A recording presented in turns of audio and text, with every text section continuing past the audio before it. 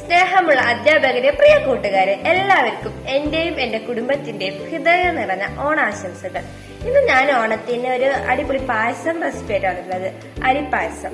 പേരവർക്കും ഇഷ്ടപ്പെടുന്ന അരിപ്പായസം എങ്ങനെ ഉണ്ടാക്കാന്ന് നമുക്ക് നോക്കാം. അതിനുവേണ്ടി ആദ്യം തന്നെ 250 ഗ്രാം ഉണക്കലരി കഴുകി വൃത്തിയാക്കിയതിനു ശേഷം 4 മണിക്കൂർ വെള്ളത്തിലിട്ട് കുതിർത്തിയെടുത്തതാണിത്. ഇത് നമുക്കൊരു പ്രഷർ കുക്കറിലേക്ക് ഇട്ട് കൊടുക്കാം. ഇനി നമുക്ക് വേണ്ടത് 2 തേങ്ങയുടെ പാലാണ്. ഇനി നമുക്ക് 3/4 പാൽ ഒഴിച്ചിട്ട് ഈ അരി ഒന്ന് വേവിച്ചെടുക്കാം.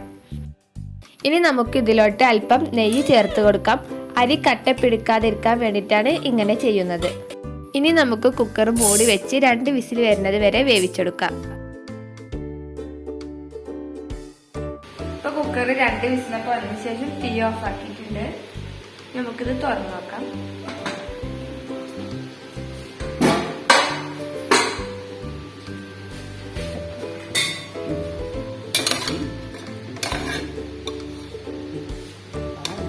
നന്നായി വെന്തിട്ടുണ്ട്. ഞാനിവിടെ 250 ഗ്രാം ശർക്കര ഉരുക്കി എടുത്തിട്ടുണ്ട്. അത് ഇതിലോട്ട് ചേർത്ത് നന്നായി മിക്സ് ചെയ്തെടുത്തതിന് ശേഷം നമുക്ക് സ്റ്റൗ ഓൺ ചെയ്ത് അതിലോട്ട് തേങ്ങയുടെ 2/2 പാല് ചേർത്ത് കൊടുക്കാം.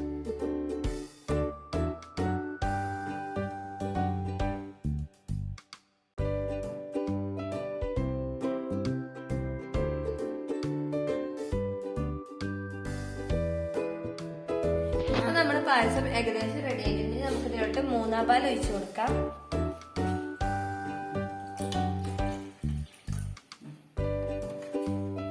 നമ്മൾ 3/4 പാൽ ഒഴിച്ചു. 3/4 പാൽ ഒഴിച്ചതിന് ശേഷം അധികം തിളപ്പിക്കേണ്ട ആവശ്യമില്ല.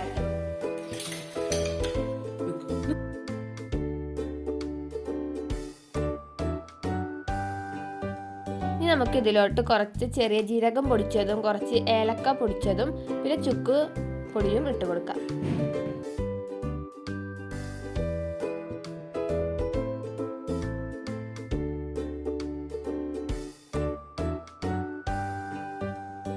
നമുക്ക് ഇതിന്റെ മധുരം ബാലൻസ് ചെയ്യാൻ കുറച്ച് ഉപ്പ് ഇട്ട് കൊടുക്കാം.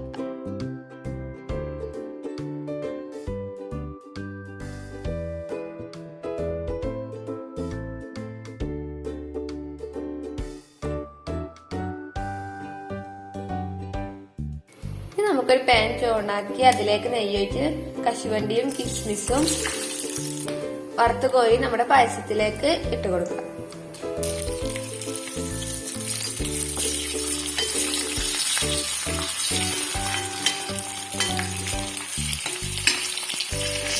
നിങ്ങൾക്ക് വേണമെങ്കിൽ തേങ്ങാക്കൊത്തും ഉണ്ടാട്ടോ. ഇവിടെ പിന്നെ ആർക്കും ഇഷ്ടമില്ലാത്തത് കൊണ്ട് ഞാൻ തേങ്ങാക്കൊത്ത് ഇടുന്നില്ല.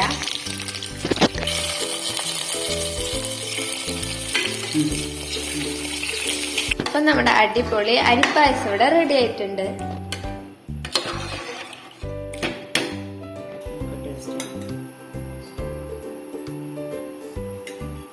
നമുക്ക് ടേസ്റ്റ് ചെയ്യാം.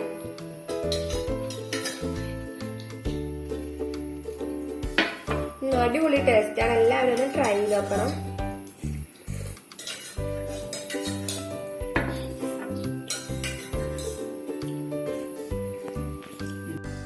എല്ലാവർക്കും ഈ വീഡിയോ ഇഷ്ടപ്പെട്ടെന്ന് വിചാരിക്കുന്നു. ഇഷ്ടപ്പെട്ടാൽ ലൈക്ക് ചെയ്യുക, ഷെയർ ചെയ്യുക, കമന്റ് ചെയ്യുക, സബ്സ്ക്രൈബ് ചെയ്യുക. തൊട്ടടുത്തുള്ള കുഞ്ഞു ബെല്ലൈക്കൺ കൊണ്ട് ഒന്ന് പ്രസ് ചെയ്ത് കൊടുക്കുക. അപ്പോൾ ഓക്കെ, ബൈ. അടുത്ത വീഡിയോയിൽ കാണാം. Take care, by.